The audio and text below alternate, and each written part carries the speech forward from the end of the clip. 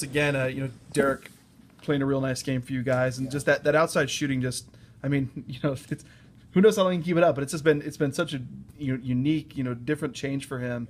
How big of a weapon has that been for you guys, and what does that do for you when he's able to make those? Well, definitely, I know he can keep that. Because like I said, I think I've told you that before, is in the course of his 4 years here, he's probably shooting 50% in practice. He can really shoot. But now he's realized that, and he's kind of slowed his game down in some ways as far as understanding that he can make those, and he is a weapon there. He's not just a driver, and so he can score inside, he can score outside, he can score in the post, and from the free throw line, and that makes him really, really hard to guard when he can do all of those.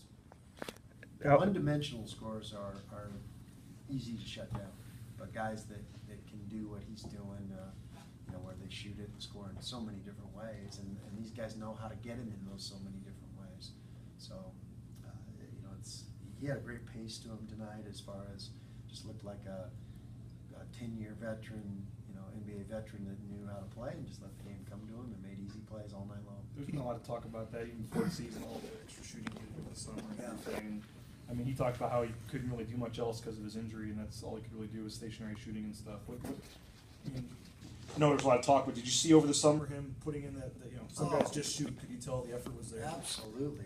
He's worked harder than he ever has, and he's always been a pretty hard worker.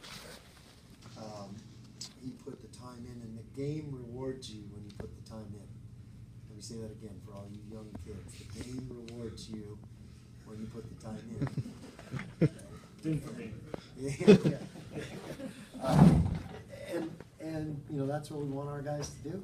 We want guys that are, we're into player development here, and but ultimately it's on them to put that time in and sacrifice, and that's what Derek's done. So I'm really happy for him. He's certainly deserving of this, and it also, he has the respect of all his teammates, as far as they know how hard he's worked at it, and they trust him to shoot those. How encouraging is the fact that he's doing it his senior year too? I mean, Derek's played here for a lot of basketball for a long time, and obviously he himself called himself a gym rat tonight. Yeah. I know that wasn't the case when he showed up on campus, but continuing to be able to make another step as a senior. Yeah, that's what we want, and if players, if they think they're done growing, no matter how old they are, whether they're in their 4th year, that they're not, and it's our job as coaches to push them to keep getting better. But ultimately, it falls on their shoulders, and like I said, that's what makes me really proud of Derek is he's taken personal responsibility for it, and that's why he's become such a multi-skilled weapon.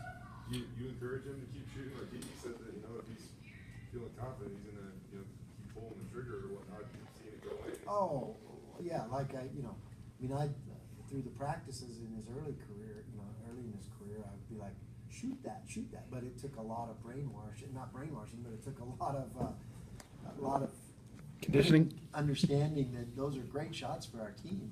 And he just all his life he'd been a driver probably. I think it's just a game of habits, and that was his habit. He'd catch it and think drive, and wouldn't think shot first. And now he's kind of seeing the whole game. It's crystal clear to him a little bit better, and so he's mixing it in perfectly.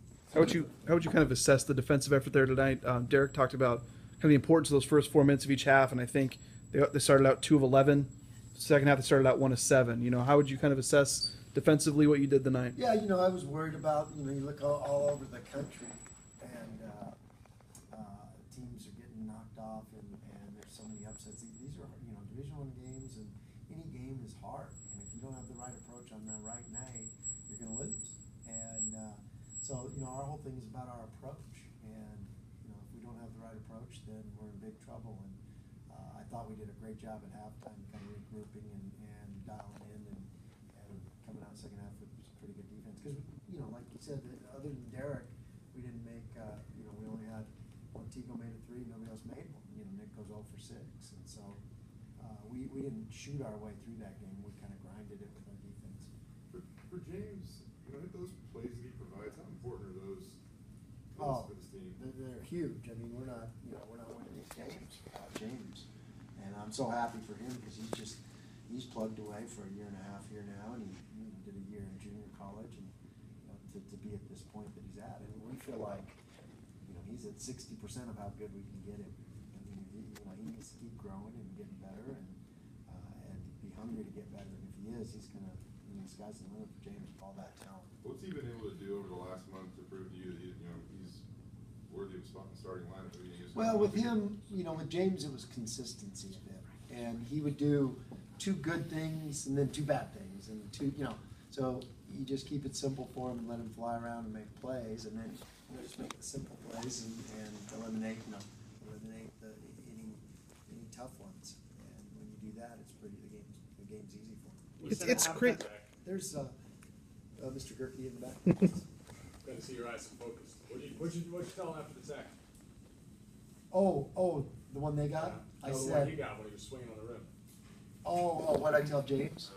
Well, that's a fine line because he goes flying in there, and it's a tough call for referees because you don't want them swinging on the thing. But a lot of times James so long that he comes flying in there and his legs kind of get kicked out. He's got to hang on to it for safety sometimes, and I'll have to look at the film and see. I did. The thing about it is it gives him a foul, and that's the damage to it.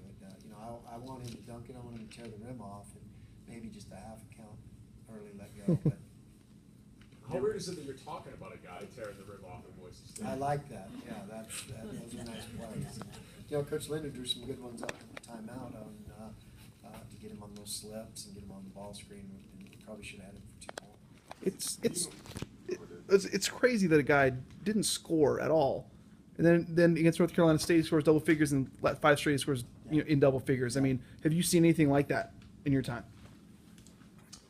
You probably have over the years where it's the guys get their opportunity to take advantage of it, and but there's a lot of work that has to be done in practice to get those opportunities and to get them better, and so they can't. We want to put them out there in a position where they have success, and you don't want to. It's like bringing up a pitcher sometimes from the minors, and we've seen some of that with Chandler too. You don't want to throw the pitcher up into the big leagues when he's not ready, and then it ruins his confidence. And so I think there's some good to it that he got in at that time, and it kind of came together at that time, and in front of his family, and away he went after that. Coach, you said you guys made some adjustments at halftime with the defense. They went on like a 10-0 run there at the end. You called timeout. What are some of the adjustments that you talked about in there to quell that run, to spread it back out? Well, one of the things that we didn't do a good enough job of keeping Marshall contained. He likes to drive. He had 10 points on us, and they were all on the drive.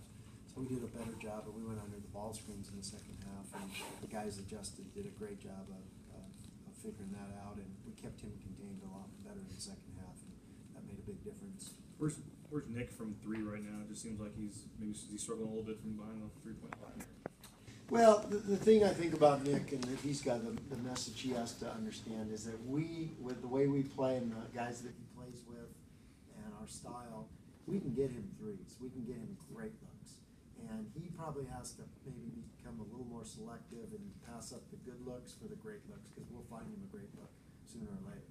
And right now he's just, and the thing with shooters is I don't want him looking over at the bench and splitting hairs like, is this a good one? Because Nick will go make 8 in a row. Yeah. And so, I want my shooters to have green lights, and he's our best standing shooter. So he just has to shoot his way out of it. Yeah, but again, like I said, he's got to pass up the 30% one, and let's go ahead and wait for the 50, 60, 70% one when your feet are square and you're comfortable and you make